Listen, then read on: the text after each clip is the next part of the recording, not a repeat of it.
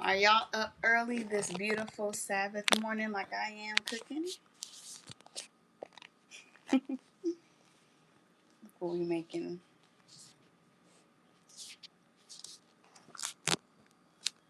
Y'all bear with me. This stand is trying to go on me.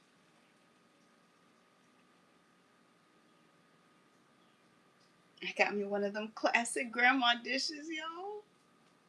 This is a lower GI banana pudding, and I'm gonna show you how I made it.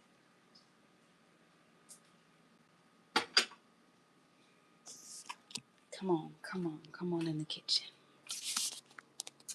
So the reason this is called a lower GI banana pudding is because instead of white sugar, let me get this stand together. Because of instead of white sugar,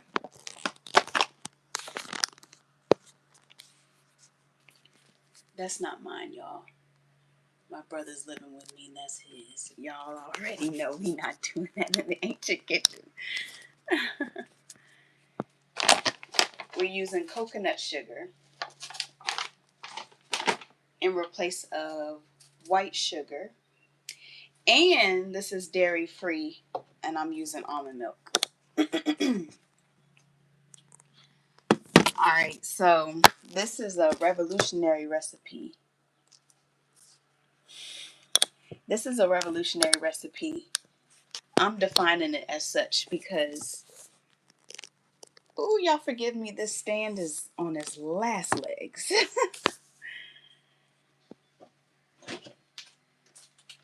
This is a revolutionary recipe because banana pudding is 1000% a southern staple, and you usually don't change banana pudding. Two ways you can make it. You can make it with the box mix, which we're not doing, or you can make it with the traditional custard, which we are doing today. And so that's what I'm going to start off doing first. All right, let's see where the best place to put y'all is.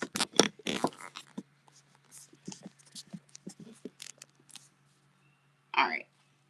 So I'm going to separate my eggs. That way they can get room temp. And I believe they'll be easier to temper later. And I like to call this melanin banana pudding because the coconut sugar makes the custard brown. Let me show y'all. So this is my pudding. Because I use coconut sugar, it's brown. And y'all saw earlier, I don't know if y'all saw, let me show you. This is the first batch. So when you make traditional banana pudding, because you have your eggs that you're separating the yolk from the egg white, you can make a meringue on top, and that's what I did. So I figured, you know what? Since I'm going to make another batch, let me just go ahead and record how I do this. But I do also want to make a formal video later. But I just figured, why not go on live? But yeah, this is my melanin low GI banana pudding. Okay. So I have 4 eggs. And you know, I'm trying to think, where did I put? Oh, okay. Let me get another bowl. Because I already did this earlier. So I just cleaned a lot of my dishes.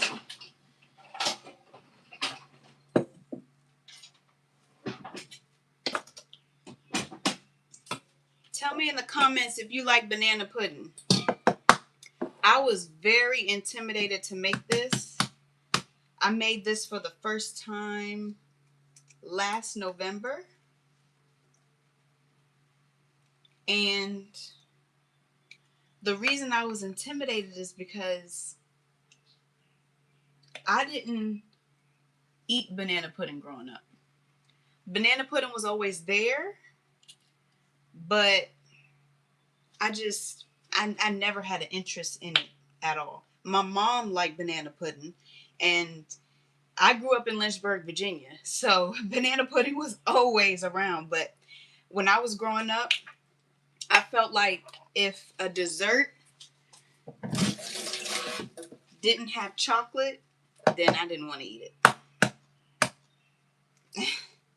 But I've grown since then. So I'm just separating the egg whites. And I've grown to really, really enjoy this recipe as well. I had banana pudding one time before making this. So I was nervous. I didn't know if I should do more cookies, more pudding. And I was making this for a feast day, one of the Most High God's feast days. And I'm like, dang. And I live in the South again. And I'm like, dang, what if it don't turn out right? I'm like, I feel like, y'all let me know. Banana pudding, if you are from the South, is a staple. You don't make changes to banana pudding. I mean, I feel like they eventually did because they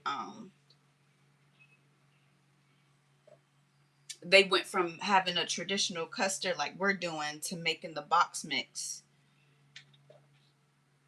But yeah.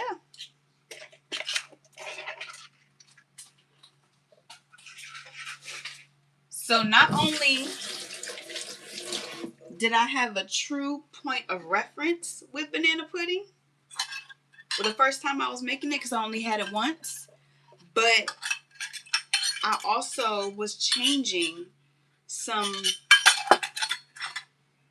integral ingredients, like foundational ingredients with it, changing out the sugar, the milk, doing my own little splash of additives I'm going to show y'all later. That takes a lot of courage. And then you never tasted it like that, and then you serving it to so many people, but praise the Most High, it turned out fantastic. So I'm going to share the recipe with y'all today. Now, I did watch two young ladies. It's Me Kels on YouTube, and then another young lady for some tips. So the recipe I'm using, the amounts is from It's Me Kels, and then I put my own twist to it. So I got my egg yolks, and my egg whites separated. And this is going to be our meringue later. This is going to thicken up our pudding. So I'm gonna put my beautiful casserole dish to the side right now. Make some more room. And then you want to get a saucepan. And I'm gonna put 3 cups of milk in there. We're making banana pudding. Peanut butter cookies from scratch. I'm sure I could, not trying to puff myself up, but I'm sure I could. You really, it's pretty simple. Actually, I actually made it with tahini instead of peanut butter. And then the time before that, I've always made it with tahini. But yeah, peanut butter cookies sound good. Okay, so I got 3 cups of milk. A baker's trick. You always want to go eye level to make sure you got the correct measurement. So I think I just need a little bit more. All right. Perfect. Also, another reason why this is going to be low GI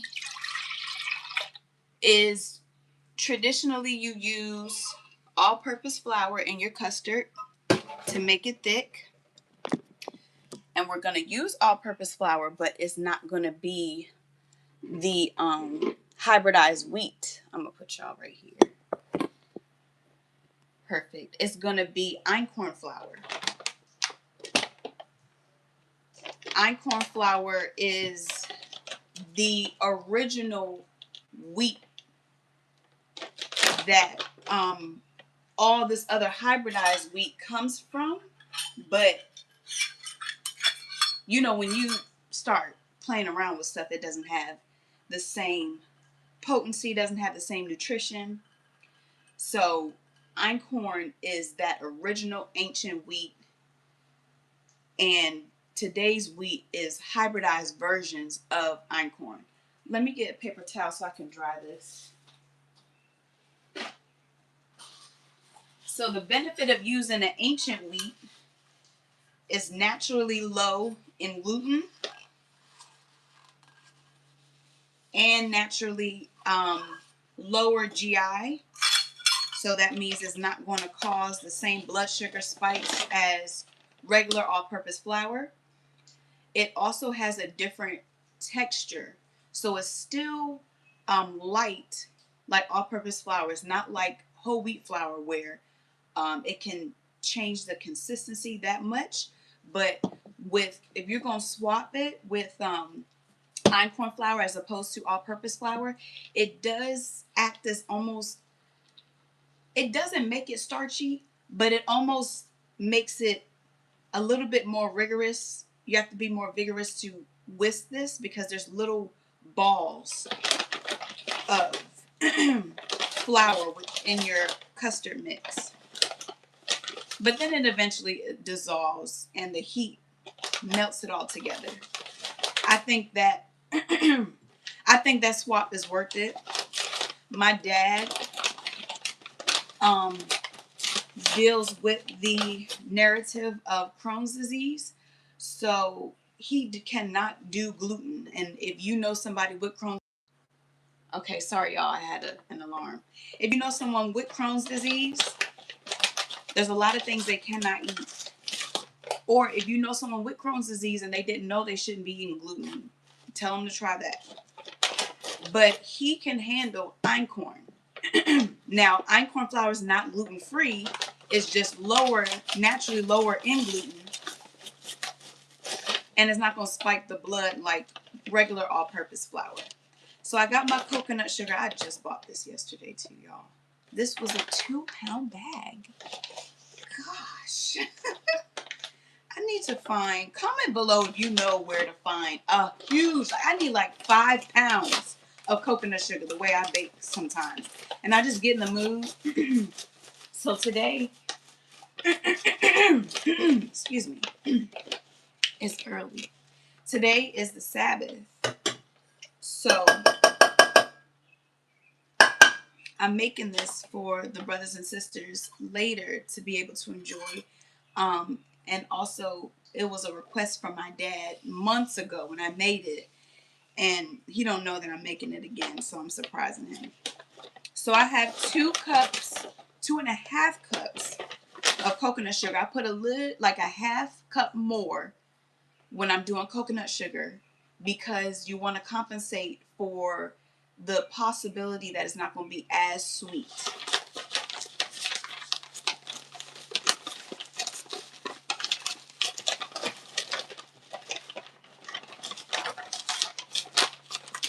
Oh, and I pray we got enough. I'm at the bottom of the bag.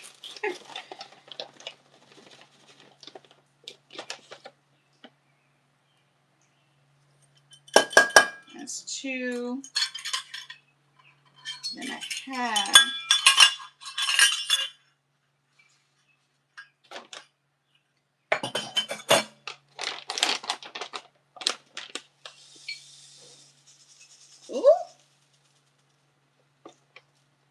the whole bag is gone. That should be good. And I still have pudding left from earlier, but I'm going to taste it. I'm going to taste it. And if it needs some more sweetener, I'll use agave. But I think that should be good. Because it's definitely 2 cups.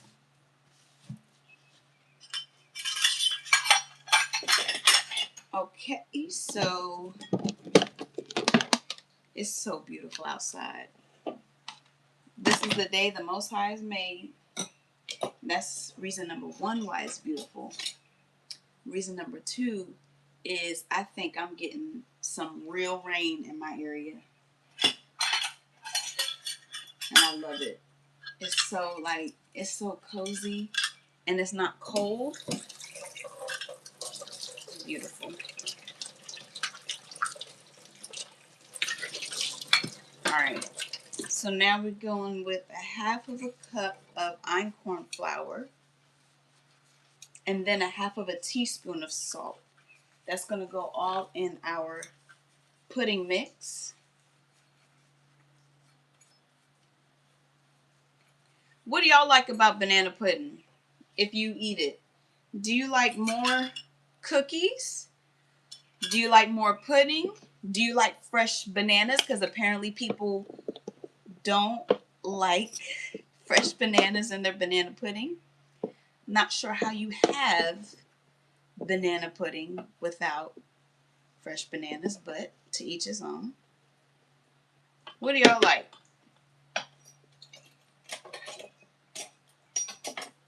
So I'm spooning and leveling my flour.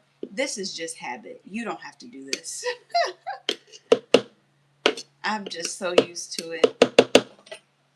I do believe you'll get accurate measurements of flour when you do that, but it is not a requirement. I'm going to turn on my stovetop on medium heat.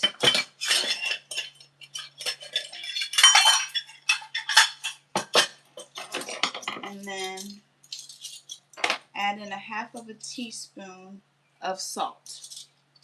And can y'all let me know if y'all can hear me? More cookies? Yeah, I agree. When I made this last time, I was like, yep, more cookies. Because when you put, I think I like an equal amount of cookies and pudding. Like a lot of cookies, but I say equal amount because when you let it sit, it's almost like it becomes like a cake. And that one right there, the one I showed y'all earlier, I'm going to show some of y'all if you didn't see. The one I made earlier, I'm just like, yeah. That's going to hit. That's it. I'm going to show y'all what kind of cookies I'm using too. But yeah, for anyone that missed it, that traditional banana pudding with the meringue. So pretty. Last time I made this, I had pretty decent lemons. So I zested lemon zest on top to make it more bright. I wanted to do that again, but these lemons I got, y'all, you don't want to consume the zest off of these. It literally said on the container that it had wax. I'm like, what's the point? What is the point? So we'll opt that, but if you've got organic lemons, I definitely recommend zesting just a little bit of lemon zest on top. I wrote the recipe down. Let me make sure I'm not missing anything for our custard. And then we're going to move over to the stovetop.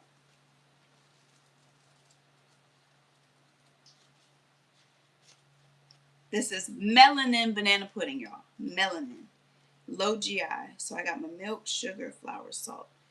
Yep. All right, let's go to the stovetop. And if you ever made banana pudding from scratch, you know that this is our patience part. Banana pudding is so easy to make. It literally took under an hour for me to make the first one. And I was like, you know what? I might as well make another one. And also the reason is because I felt like with this amount of pudding, I wasn't going to be able to be as generous like I was with the first one with the amounts. So I'm like, let's just make some more pudding. Let's just make some more pudding. Also, too, when you use coconut sugar, it makes like a butterscotch taste. It adds a depth of flavor, caramelization that is like you didn't know you even wanted in banana pudding. So good. So I got it on medium high heat. And this is our get to know you session, because if you know, this is going to take a while.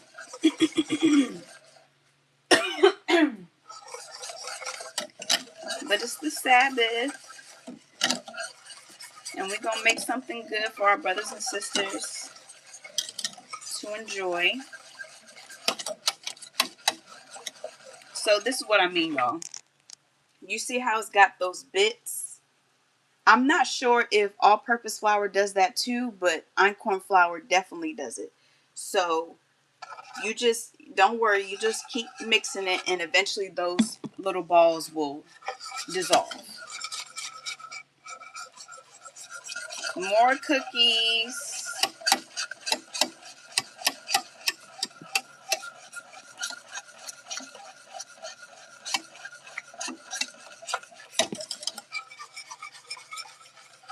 All right, we got the real A1s in here, because I know a lot of people troll, but thank y'all for liking the video still.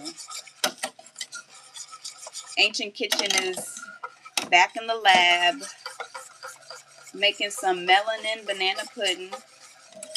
I'm just whisking up my custard.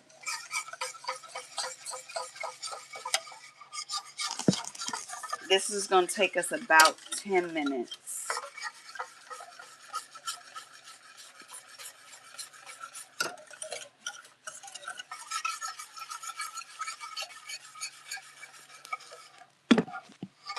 I really want to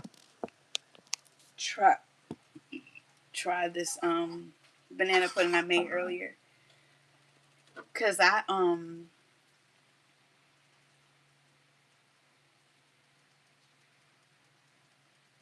you know what I'm going to do? I'm going to put it in the I'm going to put it in the fridge.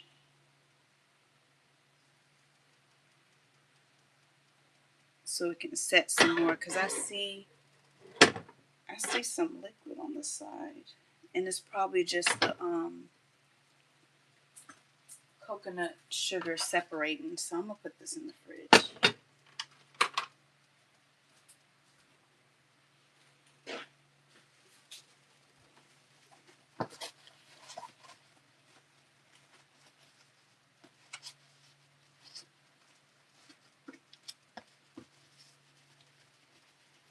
Whenever you swap for a recipe, you got to anticipate some quirks, some adjustments.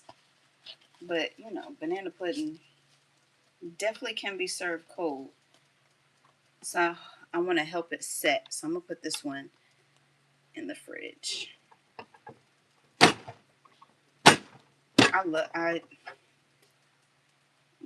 I got these from Walmart yesterday, and they are so nice. I needed a casserole dish that had a top. So nice.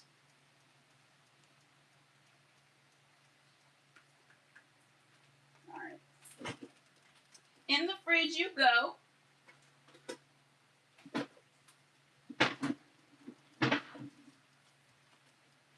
All right, let that set.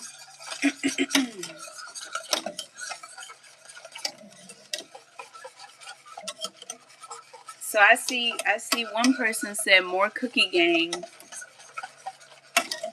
I agree. Actually, I said equal amounts cookie and pudding.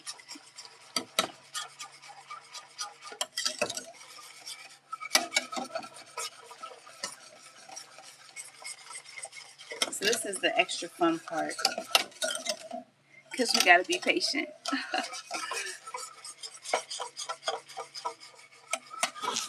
So you see how it's starting to dissolve?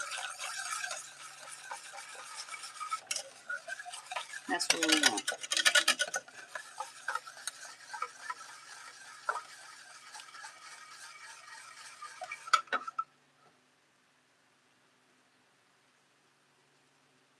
So let me see here. I'm gonna see if it's possible to just pause the live, because I'm telling y'all, this it's gonna be a good 10 minutes for me to whisk it, and I'm sure y'all don't want to watch it. If I can't pause the live, I'll just come back on. and we'll pick up where we left off. So this is melanin banana pudding. I'm just working on my custard, and I'll be back in about 10 to 15 minutes. Let me see.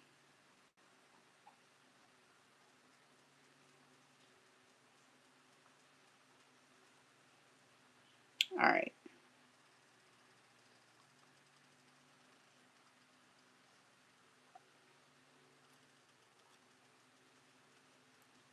All right, we'll be back.